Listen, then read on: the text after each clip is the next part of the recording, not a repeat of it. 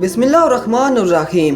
جس نے سنا حیران ہوا کہ ایک چرسی کے ایسے نصیب، مگر کیسے، ایسا کیا عمل تھا اس کا۔ اسٹیج پہ فقیر محمد کا نام پکارا گیا تو آہستہ سے اٹھ کر اسٹیج کی طرف چل دیا۔ فقیر محمد شکل سے بھی فقیر ہی لگتا تھا، غربت اس کے چہرے پہ گویا چسپاں تھی۔ وہ ایک مل میں کام کرتا تھا اور تنخواہ کی چرس پی جاتا یا تھوڑا بہت گھر دے دیتا۔ اب آدھی تنخواہ میں گزارا کہاں ہوتا بلا، تو کبھی کسی سے تو کبھی کسی سے ادھار مانگتا تھا۔ اب تو لوگ ادھار بھی نہیں دیتے تھے۔ اس کے 2 بچے اور بیوی تھی۔ بیوی صابر تھی، جو بھی دے دیتا اسی میں گزارا کر لیتی۔ وہ اسٹیج کی طرف چلا تو لوگوں میں چہمگوئیاں شروع ہو گئیں۔ ہر کسی کا یہی خیال تھا کہ یہ اس بار بھی انکار کر دے گا۔ یہ مل مالکان کی طرف سے ہر سال کسی ایک خوش نصیب ورکر کو حج پہ بھیجنے کی تقریب تھی، جس میں پچھلے 2 سال کی طرح اس سال بھی فقیر محمد کا نام ہی آیا تھا۔ پچھلے 2 سال حج پہ جانے کی بجائے فقیر محمد نے حج کے خرچ کے پیسے لے لیے تھے اور اس سال پھر اسی کا نام نکل آیا تھا۔ اس چرسی کے نصیب میں بلا اللہ جل جلالہ کے گھر کی زیارت کہاں۔ یہ حاجی وحید حسن تھا جو اپنے کولیگز کو کہہ رہا تھا۔ حاجی وحید 6 ماہ پہلے عمرہ کر کے آیا تھا اور اب اپنے نام کے ساتھ حاجی بھی لکھتا تھا۔ حالانکہ حاجی صاحب وہاں جا کر واپس آنے کو دل ہی نہیں کرتا کسی کا بھی، اور یہ بدقسمت جانے کی بجائے پیسے لے لیتا ہے۔ یہ شیخ ایوب تھا جو حاجی وحید سے مخاطب تھا۔ یہ بھی عمرہ کر چکا تھا اور یہ شاید جتانا چاہ رہا تھا کہ میں بھی حاجی ہوں۔ فقیر محمد اسٹیج پہ پہنچ چکا تھا۔ مل مالک شیخ عمر نے اسے مبارکباد دی اور کہا، بھئی فقیر محمد تیاری کر لو۔ فقیر محمد نے ایک نظر اپنے کولیگز پر ڈالی اور آہستہ سے بولا، میں حج پر نہیں جاؤں گا، مجھے پیسے دے دیں۔ وہاں موجود تمام لوگوں کو شاید اسی جواب کی توقع تھی، کسی کے چہرے پر بھی حیرانگی نہیں تھی۔ شیخ عمر ذرا سا مسکرائے اور بولے، اس دفعہ تو ہر صورت میں حج پہ جانا ہی ہوگا فقیر محمد۔ جناب میں کیا کروں گا، حج پہ جا کے آپ مجھے پیسے دے دیں۔ فقیر محمد نے دھیمی سی آواز میں کہا، نہیں فقیر محمد، اس بار تمہیں حج پہ جانا ہی ہوگا۔ شیخ عمر بھی گویا اسے بھیجنے کا تہیہ کر چکے تھے، مگر فقیر محمد کا ایک ہی جواب تھا، جناب میں کیا کروں گا جا کر، میں گناہگار آدمی ہوں، چرسی ہوں، میرا کیا کام وہاں، اور ویسے بھی صاحب جی مجھے پیسوں کی ضرورت ہے۔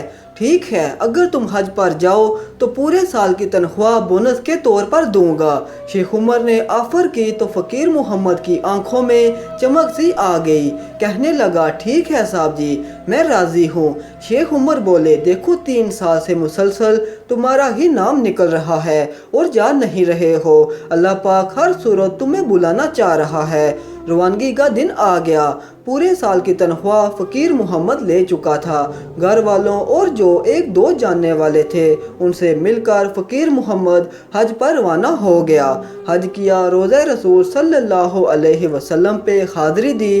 حج مکمل کر کے 2 دن بعد فقیر محمد کی واپسی تھی، مگر آنے سے 1 دن پہلے ہی مکہ مکرمہ میں اس کا انتقال ہو گیا۔ اس کے گھر اطلاع دی گئی اور اس کی بیوی سے اجازت لے کر اس کو دنیا کے دوسرے بہترین قبرستان جنت المعلی مکہ میں دفن کر دیا گیا۔ جس نے سنا حیران ہوا کہ ایک چرسی کے ایسے نصیب، مگر کیسے، ایسا کیا عمل تھا اس کا۔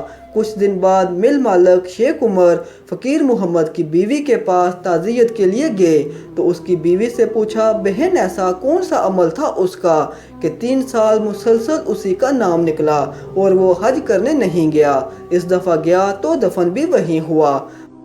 تو اس کی بیوی نے کہا کہ صاحب جی میں اور تو کچھ نہیں جانتی، مگر ایک عمل اس کا جانتی ہوں، شاید اسی کے سبب یہ رتبہ ملا ہو اسے۔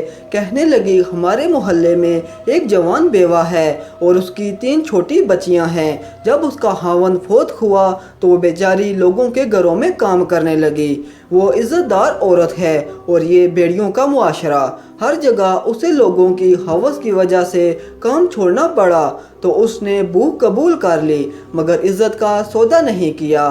میرے خاوند کو جب پتہ چلا تو اس نے اس بیوہ عورت کو اپنی بہن بنا لیا اور اس کے گھر کا سارا خرچ دینے لگا۔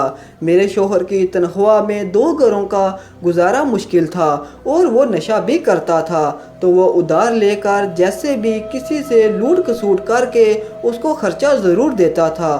2 بار حج پہ نہ جانے کی وجہ بھی یہی تھی کہ پیچھے اس بیوہ عورت اور اس کی بچیوں کا خیال کون رکھتا۔ اس نے 2 بار حج کے پیسے لے کر بھی ان کو ہی دیے اور کچھ مجھے بھی دیے۔ وہ اس بار بھی نہیں جاتا اگر آپ اسے پورے سال کی تنخواہ نہ دیتے۔ اس نے پیسے لے کر کچھ گھر کا سامان لیا اور کچھ اس عورت کو لے کر دیا، تب وہ حج پہ گیا۔ شیخ عمر کا دل چاہ رہا تھا کہ فقیر محمد اس کے سامنے ہوتا تو وہ اس کے ہاتھ چومتا۔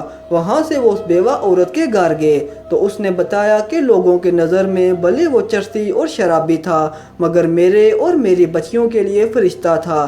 کہنے لگی، وہ کہتا تھا، بہن میرے لیے دعا کر دیا کرو بس، اور میں اس کے لیے ایک ہی دعا کرتی تھی کہ یا اللہ میرے اس بھائی کو ایمان پہ موت دینا۔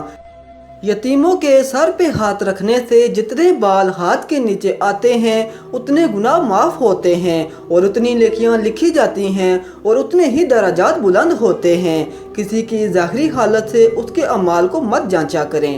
امید کرتا ہوں کہ آپ کو ہماری آج کی یہ ویڈیو ضرور پسند آئی ہوگی۔ اگر ویڈیو اچھی لگے تو چینل کو سبسکرائب لازمی کریں اور ساتھ لگی گھنٹی کو بھی دبا دیں تاکہ آپ کو ہماری ہر نئی آنے والی ویڈیو کا نوٹیفیکیشن مل جائے، اور کمنٹ سیکشن میں ہماری حوصلہ افزائی کریں۔ شکریہ۔